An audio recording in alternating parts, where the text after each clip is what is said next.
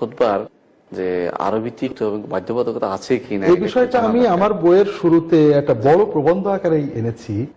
এটা আমি বিস্তারিত আলোচনার মাধ্যমে যেটা আমার কাছে ফুটে উঠেছে আমি ওটা লিখেছি, সেটা হলো খুতবার মূল ইবাদত হলো ওয়াজ, অর্থাৎ মুক্তাদিদেরকে একটা বিষয় বুঝানো, ভাষাটা হলো উপকরণ। এটা নিয়েই আলেমদের ভিতরে কিছু মতভেদ। আমাদের ভারতীয় উপমহাদেশের হানাফি ওলামায়ে কেরাম আরবিটাকে জরুরি বলেছেন, আরবি ছাড়া অন্য ভাষা ব্যবহারকে মাকরু বলেছেন। আবার আবু হানিফা রাহমাতুল্লাহ নিজে এবং তার ছাত্ররা এবং অন্যান্য তুরস্কের হানাফিরা, মিশরের হানাফি ওলামায়ে কেরাম তারা মাতৃভাষার ব্যবহারকে বৈধ বলছেন, নিজে ছাড় বেশি দিয়েছেন। আমরা সামগ্রিকভাবে এটা মূল বিষয় হলো ইবাদতটা কি, ইবাদতটা কি শব্দ উচ্চারণ করা না বিষয়। এখানে যদি শব্দ যদি ইবাদত হতো তাহলে সাহাবায়ে কেরাম রাসূলুল্লাহ সাল্লাল্লাহু আলাইহি ওয়াসাল্লামের সুন্নাত শব্দের বাইরে খুতবা দিতেন না।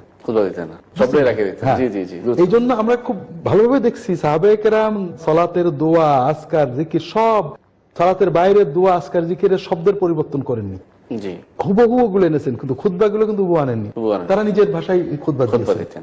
অর্থাৎ এখানে ভাষা, শব্দ, বাক্য ইবাদত না, ইবাদত হলে মানুষকে বোঝাতে হবে। যখন আরবি ভাষার পরিবর্তন হয়েছে, আরবি ভাষার ভিতরে অন্যান্য ভাষা ঢুকেছে, তুর্কি, সেগুলো তারা ব্যবহার করেছে।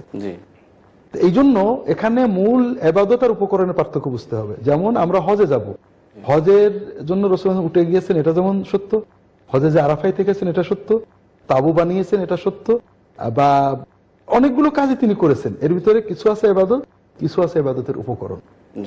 আমরা যদি উটটাকে ইবাদত ধরি তাহলে উটের পিঠে চড়ে আমাদের যেতে হবে, না গেলে সেটা বেদাত হবে, কঠিন অবস্থা হয়ে যাবে তখন। আর যদি উটটাকে উপকরণ ধরি, আরাফাতে পৌঁছানোটাকে ইবাদত ধরি, তাহলে যেটাতেই যাই আমাদের কোনো দিনের কোনো ক্ষতি হবে না।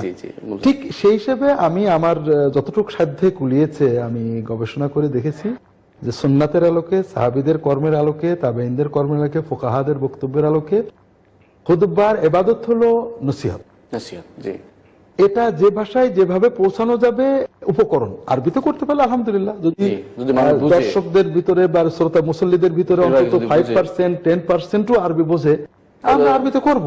কিন্তু এমন যদি হয় কেউ আরবি বোঝে না, আমি শুধু শুধু বকবক করছি, এটার চেয়ে তো যদি এখানে উদ্দেশ্যে ইবাদতে কোরআন তেলাওয়াত করলে তো ভালো, দরকার কি ছিল, আর কোরআন তেলাওয়াত শুনলে কিছু সওয়াব হতো। তো এই জন্য এখানে উদ্দেশ্য ওয়াজ, এবং এই জন্য খুতবাকে হাদিস শরীফে ওয়াজ বলা হয়েছে।